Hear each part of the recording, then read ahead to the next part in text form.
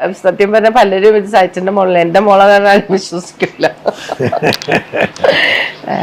അതാണ് എനിക്ക് ജീവിതത്തിൽ കിട്ടിയ ഏറ്റവും വലിയ ഭാഗ്യം. ഒരുപക്ഷെ ഞാനാണെങ്കിൽ പോലും എനിക്ക് ഈ ഭാഗ്യം എന്ന് പറയുന്നത് അടുത്ത ട്രോള് വരും. ഓ അവനവന്റെ കൊച്ചിനെ കളഞ്ഞിട്ട് ഇപ്പം വല്ലവന്റെ കൊച്ചിനെ അതിപ്പോ അല്ലെങ്കിലും സന്തോഷം അല്ലെങ്കിലും അറിയണില്ലേ, അതൊക്കെ നോക്കി ഞാൻ എന്റെ ഉള്ളിലെ കാര്യമാണ് ഞാൻ പറഞ്ഞത്. സായി കുമാർ ആൻഡ് ബിന്ദു പണിക്കർ പരിചയപ്പെടുത്തുന്നതിന്റെ ആവശ്യമൊന്നുമില്ലല്ലോ അല്ലെ. മലയാള സിനിമയിലെ ഗംഭീര അഭിനേതാക്കൾ ഇവർ രണ്ടുപേരും ഒരുമിച്ച് സിനിമാക്യൂ എന്ന് പറയുന്ന ഒരു ചാനലിൽ ഒരു ഇന്റർവ്യൂ കൊടുത്തിട്ടുണ്ടായിരുന്നു. ഈ ഇന്റർവ്യൂ ചെയ്തത് വേറെ ആരുമല്ല, മറുനാടൻ മലയാളിയുടെ സാജൻ സിക്രിയ. ഈ ഇന്റർവ്യൂവില് ബിന്ദു പണിക്കരും സായി കുമാറും പറഞ്ഞ ചില കാര്യങ്ങളുണ്ട്. ഇവരുടെ വിവാഹവും ബിന്ദു പണിക്കറിന്റെ ഭർത്താവിന്റെ മരണവും സായി കുമാറിന്റെ ആദ്യത്തെ ഭാര്യയുമായിട്ടുള്ള വേർപിരിയൽ, അങ്ങനെ കുറെ കാര്യങ്ങൾ. എല്ലാത്തിനുപരി ഇതൊരു ശ്രദ്ധേയമാണ്. സായി കുമാറിന്റെ സ്വന്തം മകനായ വൈഷ്ണവിയും അതുപോലെ തന്നെ ബിന്ദു പണിക്കറിന്റെ മകളായിട്ടുള്ള കല്യാണവുമായിട്ടുള്ള പരാമർശങ്ങളാണ്. സ്വന്തം മകൾ ജീവിച്ചിരുന്നിട്ടും അവളെ തിരിഞ്ഞു നോക്കാതെ ബിന്ദു പണിക്കറിന്റെ മകളെ കൊഞ്ചിച്ചു നടക്കുന്നു എന്നൊരു ആക്ഷേപം സായി കുമാർ കുറെ വർഷങ്ങളായിട്ട് കേൾക്കുന്നു. അതിനെല്ലാമുള്ള ഒരു മറുപടി സായി കുമാർ ഈ ഇന്റർവ്യൂവിൽ പറയുന്നുണ്ട്. അതിലോട്ടൊക്കെ നമുക്ക് വരാം. സിനിമയിലൊക്കെ സജീവമാകുന്നതിന് മുന്നേ തന്നെ വിവാഹം ചെയ്ത ഒരാളാണ് സായി കുമാർ. അദ്ദേഹത്തിന്റെ നാടക ട്രൂപ്പിലുണ്ടായിരുന്ന പ്രസന്നകുമാരിയെയാണ് സായി കുമാർ വിവാഹം ചെയ്തത്. 1986 മുതൽ 2007 വരെ നീണ്ടുനിന്ന വിവാഹ ജീവിതത്തിലുണ്ടായ ഒരു മകളാണ് വൈഷ്ണവി എന്ന് ഒരുപാട് പേര് അറിയും. സീരിയലിലൊക്കെ സജീവമാണ് ആ പുള്ളിക്കാരി. വൈഷ്ണവിയെ കാണുന്ന ഏതൊരാൾക്കും അത് സായി കുമാറിന്റെ മകളാണെന്ന് പെട്ടെന്ന് തിരിച്ചറിയും. കാരണം അച്ഛനുമായി അത്രയ്ക്ക് മുഖസാദൃശ്യമുണ്ട്. നന്നായിട്ട് അഭിനയിക്കുകയും ചെയ്യും. വളരെ ചെറുപ്പത്തിൽ തന്നെ വൈഷ്ണവിക്ക് സിനിമയിൽ അഭിനയിക്കാൻ അവസരം ലഭിച്ചതാണ്. 10ാം ക്ലാസ്സിൽ പഠിക്കുന്ന സമയം തൊട്ടേ വൈഷ്ണവിക്ക് ഓഫർ വന്നിരുന്നു. ദിലീപിന്റെ മുല്ല എന്ന സിനിമയിൽ മീരാനന്ദിന് പകരമായിട്ട് ആദ്യം കാസ്റ്റ് ചെയ്തത് വൈഷ്ണവിയായിരുന്നു. എന്നാൽ അതിന് സായി കുമാർ അന്ന് അത് സമ്മതിച്ചില്ല. പഠിത്തമൊക്കെ കഴിഞ്ഞ് സെറ്റ് ആയിട്ട് സിനിമയിലേക്ക് വന്നാൽ മതി എന്നാണ് അന്ന് സായി കുമാർ മകളോട് പറഞ്ഞത്. അത് പിന്നെ സിനിമയെ കുറിച്ച് എല്ലാം അറിയുന്ന ഒരു അച്ഛൻ മകളോട് അങ്ങനെയല്ലേ പറയത്തുള്ളൂ. പിന്നീട് വൈഷ്ണവിയുടെ പഠിത്തമൊക്കെ കഴിഞ്ഞ് സെറ്റിൽഡ് ആയി. പിന്നീട് കല്യാണം കഴിഞ്ഞിട്ടാണ് സീരിയലിലോട്ടൊക്കെ സജീവമായത്. സായി കുമാറുമായി പിരിഞ്ഞതിന് ശേഷം ആദ്യ ഭാര്യയായിട്ടുള്ള പ്രസന്നകുമാരി പിന്നീട് ക്യാൻസർ ബാധിക്കുകയുണ്ടായി. അന്ന് പ്രസന്നകുമാരി ചികിത്സിക്കാനായിട്ട് വൈഷ്ണവി ഒരുപാട് കഷ്ടപ്പെട്ടിട്ടുണ്ടായിരുന്നു. സായി കുമാർ അന്നൊന്നും മകളെയും അമ്മയും തിരിഞ്ഞു നോക്കിയിട്ടില്ല എന്നാണ് പറയുന്നത്. എന്തിനേറെ പറയുന്നു, വൈഷ്ണവിയുടെ കല്യാണത്തിന് പോലും സ്വന്തം അച്ഛനായിട്ടുള്ള സായി കുമാർ പങ്കെടുത്തിട്ടില്ലായിരുന്നു എന്നാണ് പറയുന്നത്. ബിന്ദു പണിക്കറിന്റെ മകളായിട്ടുള്ള കല്യാണിയുമായി സായി കുമാർ നല്ല അടുപ്പത്തിലാണ്. കല്യാണി 2ാം ക്ലാസ്സിൽ പഠിക്കുന്ന സമയത്താണ് സായി കുമാറും ബിന്ദു പണിക്കരും ഒന്നിക്കുന്നത്. അത്രയും ചെറുപ്പത്തിൽ തന്നെ കല്യാണിയുമായിട്ട് സായി കുമാർ അടുപ്പത്തിലുണ്ട്. കല്യാണിയുടെ ചെറുപ്രായത്തിൽ തന്നെ അച്ഛൻ നഷ്ടപ്പെട്ടതാണ്. സായി കുമാറാണ് പിന്നെ അച്ഛനായിട്ട് മാറിയത്, അവളുടെ എല്ലാ കാര്യങ്ങളും നോക്കിയത്. അപ്പോൾ അവർ തമ്മിൽ നല്ല ബോണ്ടുണ്ടായതിൽ ഒരു കുറ്റവും പറയാനില്ല.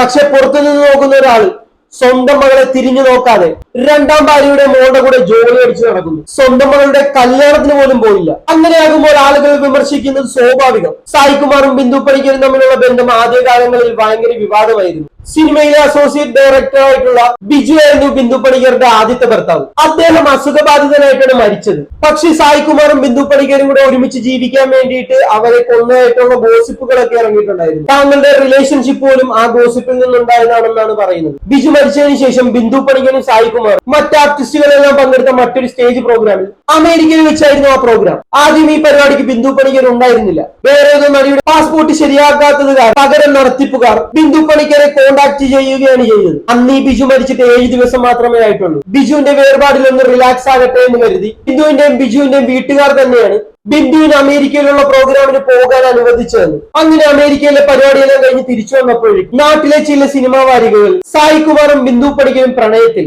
എന്ന രീതിയിലുള്ള ഗോസിപ്പുകൾ വരാൻ തുടങ്ങി എന്നാണ് സായി കുമാർ പറയുന്നത്. എന്നാൽ ആ സമയത്ത് സായി കുമാറിന്റെ ഭാര്യയായിട്ടുള്ള പ്രസന്നകുമാരിയായിട്ട് ചില പ്രശ്നങ്ങളൊക്കെ ഉണ്ടായിട്ടുണ്ടായിരുന്നു. കുടുംബജീവിതം അത്ര സുഖമായിരുന്നില്ല.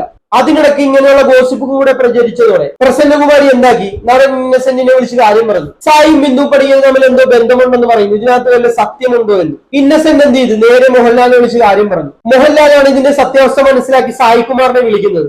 ആ സംഭവത്തെ കുറിച്ച് സായി കുമാർ തന്നെ ഇന്റർവ്യൂവിൽ പറയുന്നുണ്ട്. നമുക്ക് എന്തായാലും അതൊന്ന് കേട്ടു നോക്കാം. അപ്പൊ ഞാനൊരു സ്ഥലത്ത് ഷൂട്ടിങ്ങിന് നിൽക്കുന്ന സമയത്ത് എന്റെ മൊബൈലിൽ ഒരു കോള് ഞാൻ നോക്കുമ്പം ഈ സാറ്റലൈറ്റ് ഫോണാണ്. ഇത് ആരാന്ന് വെച്ചാൽ പറഞ്ഞു സിദ്ദിഖാണ്. സിദ്ദിഖ് എടുത്തിട്ട് എന്റെ പറഞ്ഞു, നീ എവിടെയാണ്? ഞാൻ നിന്നെ ഷൂട്ടിംഗ് സ്ഥലത്ത് എന്ന് പറഞ്ഞു. ഞാൻ ചെന്താ നീ എവിടെ വിളിക്കുന്നത്, ഇതേത് നമ്പർ എന്ന് ചോദിച്ചു. എടാ ഇത് ലാലിന്റെ ഫോണാണ്, കാർഗിൽ നിന്നാണ്. അപ്പൊ ഞാൻ മനസ്സിലായി, ഓ ദൈവമേ ഇനി കാർഗിൽ മേജർ രവി സാറിന്റെ പ്രവർത്തനം നടക്കുക. അപ്പൊ ഞാൻ ഇനി കാർഗിലിൽ വിളിച്ചിട്ട് ഞാൻ ഇനി ഇവിടുന്ന് പണ്ടാരം കൂടെ ചുറ്റിപ്പറക്കി ഇനി കാർഗിൽ വരെ പോകേണ്ടി വരുമോ എന്ന് വെച്ചിട്ട് ഞാൻ ലാലിന് കൊടുക്കാന്ന് കൊടുത്തപ്പോഴാണ് ലാല് ചോദിച്ചാൽ ഇങ്ങനെ ഒരു സംഭവം ഇങ്ങനെ കേൾക്കുന്നുണ്ടാ എന്ന് പറഞ്ഞു. എന്റെ ബിന്ദുവായിട്ട് ഇങ്ങനെ എന്തോ സംഭവമാണെന്ന് ഞങ്ങളുടെ വൈഫ് ഇന്നസെന്റ് ആയിട്ട് എന്നെ വിളിച്ച് പറഞ്ഞിട്ട് ഇന്നസെന്റ് എന്നെ വിളിച്ചിരുന്നു. അതെന്താണെന്ന് അറിയാനാ ഞാനും ഇപ്പോഴാണ് അറിയുന്നത് അങ്ങനത്തെ സംഭവം ഉണ്ടെന്ന്. അല്ല അണ്ണാ ഇത് കേട്ടപ്പോൾ ഞാൻ ശരിയാണ്, കേൾക്കുമ്പോൾ വിളിക്കുന്നത് ശരിയാണ്, പക്ഷെ എനിക്കറിയില്ല അങ്ങനെ അവർക്കുണ്ടെന്ന് അങ്ങനെ തോന്നിയിട്ടുണ്ടെങ്കിൽ ഞാനിപ്പോൾ എന്ത് ചെയ്യാനാണ്, എന്റെ മനസ്സിലില്ല. അങ്ങനെ തോന്നുകയാണെങ്കിൽ ഞാൻ അണ്ണൻ്റെ അടുത്ത് പറയാം എന്ന് പറഞ്ഞു. ശരി ഇന്നലെ ഫോൺ വെച്ചു. അപ്പോഴാണ് ഞാൻ അറിയുന്നത് ഇങ്ങനൊരു സംഭവം ഉണ്ടായിരുന്നു.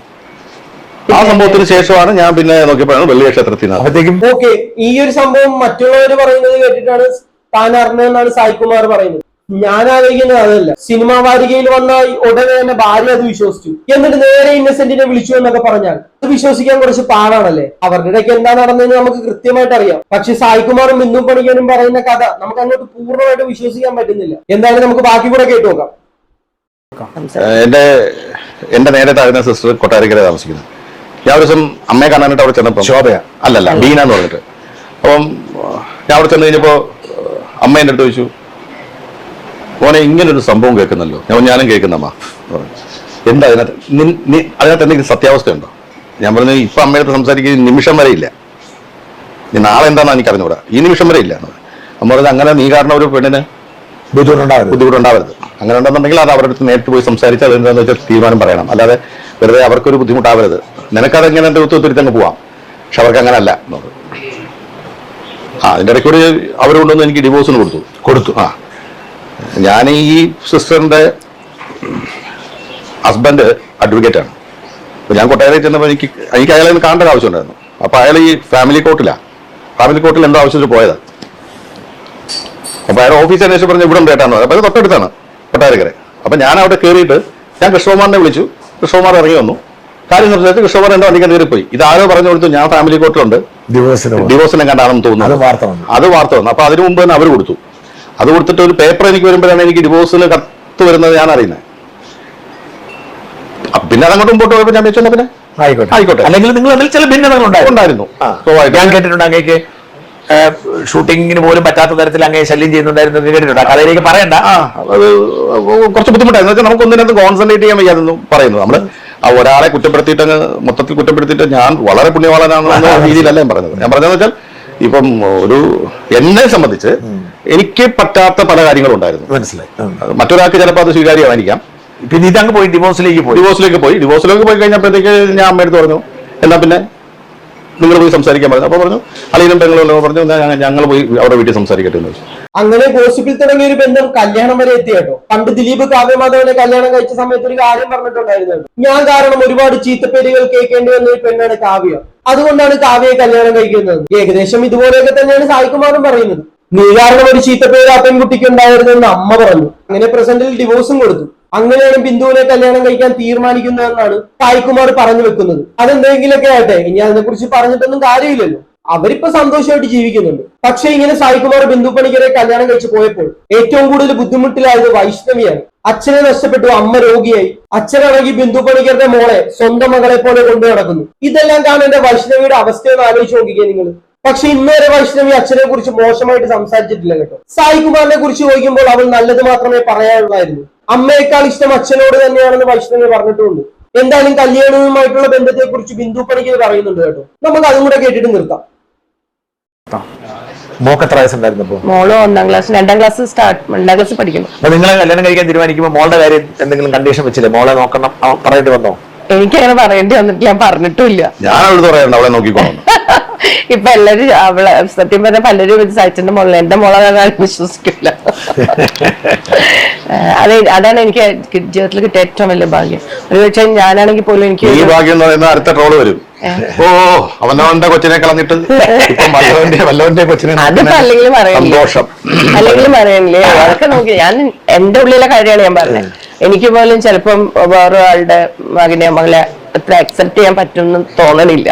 അപ്പൊ അക്കാര്യത്തിൽ ഞാൻ പറയും എനിക്ക് ദൈവം അനുഗ്രഹിച്ചത് അവര് അച്ഛനായാലും. ഇവിടെ സായികുമാർ തന്നെ പറയുന്നുണ്ട് സ്വന്തം മകളെ തിരിഞ്ഞു നോക്കാതെ വല്ലവന്റെ മോളെ കൊണ്ട് നടക്കുന്നുവെന്ന് നാട്ടുകാർ പറയുന്നു. ശരിയല്ലേ? ശരിയാണ് പറയുന്നത്. ഭാര്യയല്ലേ ഡിവോഴ്സ് ചെയ്തിട്ടുള്ളൂ, മോൾ അവിടെ തന്നെ ഇല്ലേ? അവളെന്ത് കഴിച്ചു? സ്വന്തം മോളെ തിരിഞ്ഞു നോക്കാതെ. ബിന്ദു പണിക്കരുടെ മോളെ നന്നായിട്ട് നോക്കണം, അതിനൊന്നും ഒരു കുഴപ്പവുമില്ല, അങ്ങനെ തന്നെയാണ് വേണ്ടത്. പക്ഷെ അതിനിടയ്ക്ക് സ്വന്തം മകളെ മറന്നു പോകരുത്. ഒട്ടുമിക്ക കപ്പിൾസ് സെപ്പറേറ്റഡ് ആകുമ്പോൾ മക്കള് മിക്കവാറും അമ്മയുടെ കൂടെ ആയിരിക്കും പോകുന്നത്. എന്നിട്ട് പിന്നെ അച്ഛൻ അവരെ തിരിഞ്ഞു നോക്കാതിരിക്കുക എന്നൊക്കെ പറഞ്ഞു കഴിഞ്ഞാൽ അത് വളരെ മോശമാണ്. എന്തായാലും ഞാൻ കൂടുതലൊന്നും ഇവിടെ പറയുന്നില്ല. ഇത് കേട്ടിട്ട് നിങ്ങൾക്ക് എന്താണ് തോന്നുന്നത് എന്ന് വെച്ച് കഴിഞ്ഞാൽ അടിയിൽ കമന്റ് രേഖപ്പെടുത്തുക. നമുക്ക് അടുത്ത വീഡിയോയിൽ കാണാം. Bye bye.